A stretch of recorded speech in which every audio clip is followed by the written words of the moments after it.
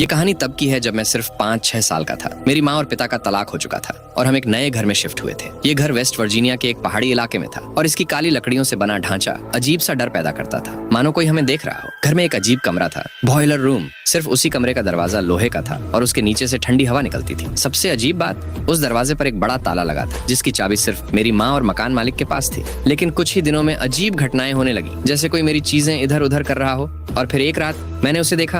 अगर आपको ऐसी ही डरावनी कहानियां पसंद हैं तो चैनल को सब्सक्राइब जरूर करें। उस रात मुझे महसूस हुआ कि कोई मेरे कमरे में है। जब मैंने देखा तो एक छोटा लड़का अंधेरे में खड़ा था। उसने कहा, मैं बॉयलर रूम से आया हूँ, क्या मैं तुम्हारे खिलौनों से खेल सकता हूँ? मैंने मना कर दिया, लेकिन जैसे ही उसने सुना उसका चेहरा गुस्से से भर गया और अगले ही पल वो गायब हो गया। अगले दिन मैंने माँ और सौतेले पिता को बताया, लेकिन उन्होंने कह दिया कि ये सिर्फ एक बुरा सपना था। पर क्या सच में? अगर आपको यह कहानी दिलचस्प लग रही है तो वीडियो को लाइक करें और कमेंट में बताएं कि आप क्या सोचते हैं। लेकिन उसी रात कुछ और भी भयानक हुआ। जब मेरी आंख खुली तो एक बुजुर्ग महिला मेरे बिस्तर के पास खड़ी थी। उसकी आंखों की जगह सिर्फ गहरा अंधेरा था और वो मेरे चेहरे के बहुत करीब थी। मैं चीख भी नहीं सका, किसी तरह हिम्मत जुटाकर भागा, बहन के कमरे में दौड़ गया।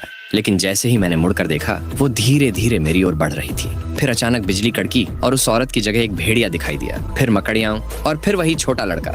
अगर आपको अब तक मजा आ रहा है तो अभी सब्सक्राइब करें, आगे और भी चौंकाने वाले राज खुलने वाले हैं। लेकिन अचानक वो भयानक गर्जना के साथ मेरी तरफ दौड़ पड़ा। मैं पूरी ताकत से भागा। कांटों के झुरमुट, कीचड़, चट्टाने, कुछ नहीं देखा, बस भागता रहा। और फिर दूर रोशनी दिखी, मेरा घर। मैं घर पहुंचा और दरवाजा धड़ाम से बंद कर दिया। लेकिन जब मैंने खिड़की से बाहर झांका, वो चीज अब भी मुझे देख रही थी। वो घर की सीढ़ियों तक आ गई थी, लेकिन फिर अचानक रुक गई, इधर उधर देखा और जंगल में गायब हो गई। अगली सुबह मैंने फैसला किया कि मैं सारी हड्डियां फेंक दूंगा। लेकिन जब मैं शेड में पहुंचा तो वहां कुछ भी नहीं था। सारी हड्डियां गायब हो चुकी थी। क्या वो चीज सच में मौजूद थी या ये सब सिर्फ एक भ्रम था? अपनी राय कमेंट में बताइए।